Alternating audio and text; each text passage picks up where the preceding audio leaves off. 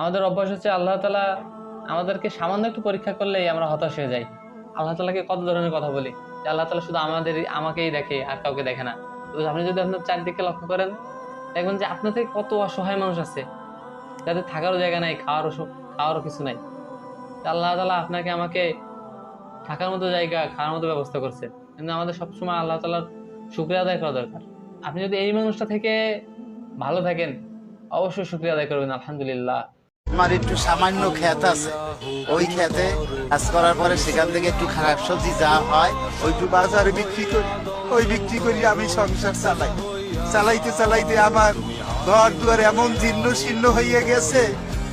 আমার ছেলেটা দুঃখের সাথে বলে, কয় আমি একটা এমন গরিব করে আল্লাহ আমারে পাঠাইছো, জন্মগ্রহণ করলাম, আমি একটু খেতেও পারি না, একটু ঘুমাইতেও পারি না, বৃষ্টি হইলে পানি পরে। মাদ্রাসাটা গ্রামে গ্রামে চাইয়া চাইয়া কাঠ আনিয়া কোন রকম একটু তুলি, তাও ঝড় তুফানে আবার নিয়ে যায়, আবার উঠাই, আবার নিয়ে যায়। দুঃখের আর সীমা নাই। এই অবস্থায় অবস্থান করতেছি, এই অবস্থায় জিন্দগি কাটাইতেছি।